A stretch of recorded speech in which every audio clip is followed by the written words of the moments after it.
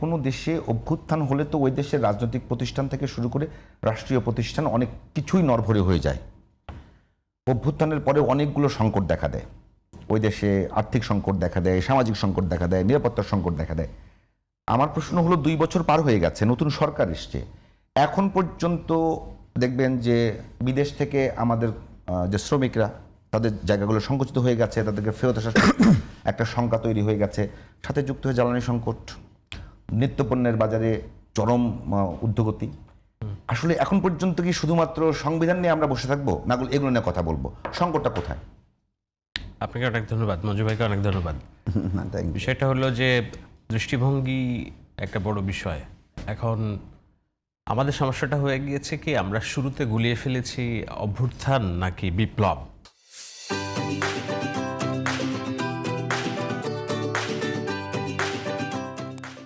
সেই জায়গায় এখন একটা হয়েছে অ্যামাচার বেবি অভ্যুত্থান, কিন্তু এটাকে একটা পরিণত মানুষের কাঠামোতে চিন্তা করে আমাদের যে স্বপ্ন রাষ্ট্র ব্যবস্থা নিয়ে, এখন অভ্যুত্থান হলে কি হয়?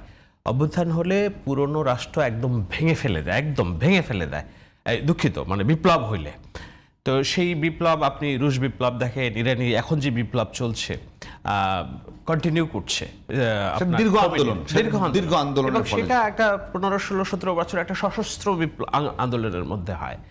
আমাদের যেই ছেলে মেয়েগুলো 17 বছরের আন্দোলন সংগ্রাম, ভোটাধিকার, গণতন্ত্রের জন্য লড়াইয়ের বিন্দু পরিমাণ তাদের সংশ্লিষ্টতা ছিল না, অনেক ক্ষেত্রেই ছিল না। হয়তো তারা মৌনভাবে তারা সমর্থন করেছে, বরঞ্চ আমরা যেই অনেকের তো বয়স না, আমি বলি না, ঠিক আছে, আমরা যেই রেজিমের বিরুদ্ধে আন্দোলন করেছি 15-16 বছর, আমি ব্যক্তিগতভাবে 2012-14 সাল থেকে আন্দোলন করছি, সেই রেজিমের পার্ট হিসেবেই তারা দেখা যাচ্ছে যে জয় বাংলা স্লোগান দিয়েছে, শেখ হাসিনার হাতকে শক্তিশালী করার আন্দোলন করেছে। একেবারে শেষের দিকে এসে যখন তাদের টনক নড়ল, বিশেষত 18-র এটাকে কি বলে আপনার নিরাপদ সড়ক আন্দোলন, তো কোটা সংস্কার আন্দোলনের ধারাবাহিকতায় 24-এর যে 18-র নির্বাচন, রাতের নির্বাচন, 24-এর যে ডামি নির্বাচন, তখন একটা পুঞ্জীভূত ক্ষোভে তাও আন্দোলনটা শুরুতে হয়েছে কোটা সংস্কার নেই, এটা রাজনৈতিক ব্যবস্থা পরিবর্তনের জন্য না। তো এখন ওই যে বললাম যে আমার ভেতরে একটা অ্যামাচার বেবি অভ্যুত্থান, কিন্তু আপনি কল্পনা করছেন এটা একটা পরিণত বয়স্ক একটা মানুষের জায়গায়। সেক্ষেত্রে আমাদের যে চাওয়া পাওয়ার যে দ্বন্দ্ব, সেই দ্বন্দ্বের সৃষ্ট সংকটটাই আমরা এখন দেখছি, যে মনের মধ্যে তাদের বিপ্লব, কিন্তু আসলে একটা বিপ্লব সংগঠিত হয়নি, অভ্যুত্থান হয়েছে।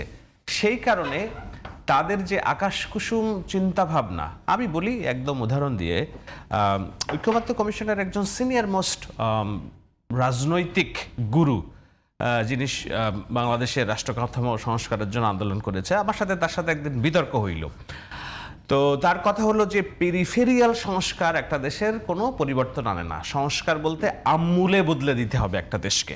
তা আমি বললাম, আপনি কি পেরিফেরিয়াল সংস্কার বলতে বলছেন যে ধরেন আপনার মাথা ব্যথা হয়েছে, আমূলে বদলে দেওয়া মানে মাথাটা কেটে ফেলার কথা বলছেন কিনা? বলে হ্যাঁ, প্রয়োজনে তাই। তো এখন মানে রূপক অর্থে তো আমূলে বদলে দেওয়া মানে কি, একটা রাষ্ট্র কাঠামো যেখানে 18 থেকে 20 কোটি মানুষের দেশ, একটা সিস্টেমে চলছে এত বছর, যতগুলো মানুষের ভাগ্য ওর উপর নির্ভরশীল, একটা সিস্টেমের মধ্যে চলছে, যেই সিস্টেমের পার্ট হিসেবে আপনারা সামান্যতম আমলাতন্ত্রটুকু আপনারা ভাঙতে পারেন নাই। একটা বিচারক নিয়োগ দিতে হবে, 1 বছরের মাথায় প্রথা আছে 2 বছর বিচার কার্য সম্পাদন করার পর তাকে স্থায়ী করবেন। সেখানে আপনার 1 বছর বিচার কার্য সম্পাদন করার পর আপনি স্থায়ী করলেন, তাও আবার বিশেষ মতাদর্শের লোকজন।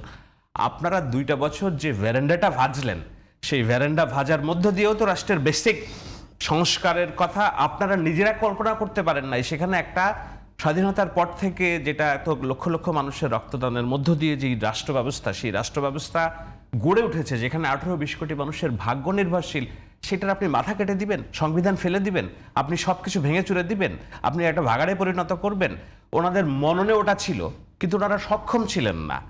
মননে বিপ্লব ছিল, কিন্তু আসলে সেটার অভ্যুত্থান। অভ্যুত্থান কি? একটা অগণতান্ত্রিক শাসন ব্যবস্থার মধ্যে ফুসে ওঠা পুঞ্জীভূত ক্ষোভ। আমার কাঙ্ক্ষিত একটা রাষ্ট্র ব্যবস্থায়, নির্বাচন ব্যবস্থা যেটা আমি চাই সেটা তুমি দিতে পারছো না, সেটা ভুলন্ত্রিত করছো, সেইটার বিরুদ্ধে পুঞ্জীভূত ক্ষোভ।